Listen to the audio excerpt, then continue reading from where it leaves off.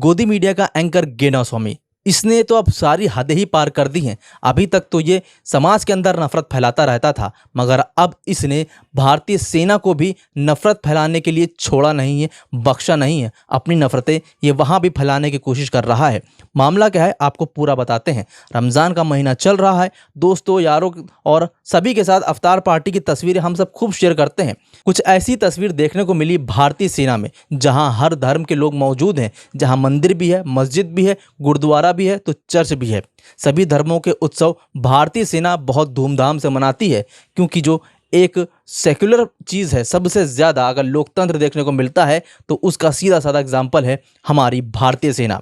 वहाँ पर भी इफ्तार पार्टी का आयोजन का एक परंपरा सालों से चला आ रही है। उसी तरीके से एक परंपरा को निभाने के लिए भारतीय सेना में फिर से इसका आयोजन किया गया। जम्मू के डोडा में भी भारतीय सेना के अधिकारियों ने इफ्तार पार्टी का आयोजन किया। जम्मू में सेना के प्यारों ने अपने आधिकारिक ट्विटर हैंडल पर इफ्तार पार्टी की फ़ोटो शेयर की। इसमें कुछ लोग भी शामिल हुए थे, लेकिन थोड़ी देर बाद ये ट्वीट डिलीट करना पड़ा और उसकी वजह थी सुरेश चौहान के गेंडा स्वामी। इसने कहा क्या है, इसका ट्वीट देखिए। इसने लिखा है कि अब ये बीमारी भारतीय सेना में भी घुस गई है। कितना दुखद है ये।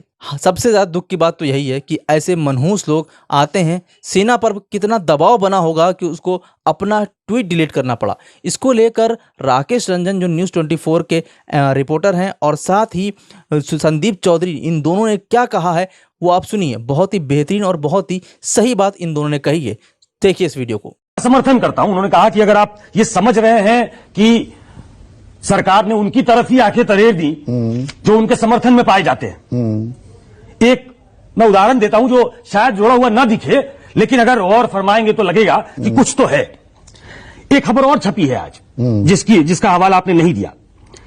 पीआरओ डिफेंस जम्मू, उन्होंने ट्वीट किया, लिखा, keeping alive the tradition of secularism and iftar party was organised by the Indian army at Arnora in Doda district. हंगामा मचा इस पे कि भाई इफ्तार पार्टी ऑर्गेनाइज किया गया, ये फोटो क्यों डाली गई। कुछ हिंदुवादी संगठनों ने, कुछ पत्रकारों ने उस पर हल्ला बोल दिया। और मुझे लगता है ये पहली बार हुआ होगा इंडियन आर्मी में। इंडियन आर्मी की तरफ से वो ट्वीट हटा लिया गया। दरअसल ये मानस इतना हावी होता जा रहा है कि आर्मी जैसे संगठन को वो हिलाने में कामयाब है। ट्वीट हटाना पड़ गया, विड्रॉ करना पड़ गया। ट्वीट हटाना जो सर्वधर्म समभाव की सबसे बड़ी मिसाल इस देश में है तो वो इंडियन आर्मी है। आप किसी भी कैंप में चले जाएं, वहां आप मंदिर, मस्जिद, गुरुद्वारा सब पाएंगे। और वहां पे ये चीजें घुस गई हों और इस चीज पे चर्चा होने लगी हो, आज तक ऐसा नहीं था। लेकिन इंडियन आर्मी अगर इस मानस के दबाव में है कि ये कंट्रोवर्शियल लगता है या कुछ लोग इसको कंट्रोवर्शियल बता रहे हैं, तो वो इस बात को एम्पली प्रूव करता है कि कहीं ना कहीं ये मानस इतना हावी है कि बड़े बड़े संगठन जो है वो हिल जा रहे हैं। सतीश, क्या तो देखा आपने, जहां प्रो डिफेंस जम्मू ने एक प्यार और मोहब्बत का पैगाम देने की कोशिश की। सेकुलरिज्म की भाषा जो है सही मायनों में इंडियन आर्मी को देखने को मिलती है। उसमें भी ये नफरती लोग कितने हावी हो चुके हैं कि इतना ज़्यादा प्रेशर था, इतना ज़्यादा दबाव था कि इंडियन आर्मी को भी वो अपना ट्वीट डिलीट करना पड़ा। और सुना आपने कि क्या कहा है news anchor editor Rakesh Ranjan और संदीप चौधरी जी ने।